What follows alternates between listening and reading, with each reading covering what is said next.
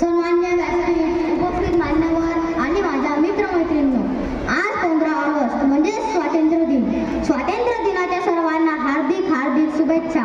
कुछ बात है कि हस्ती मिटती नहीं हमारी, कुछ बात है कि हस्ती मिटती नहीं हमारी, सदियों रहा है दौर एक जहां हमारा, सारे जहां से अच्छा हिंदुस्तान हमारा, हिंदुस्तान हमारा.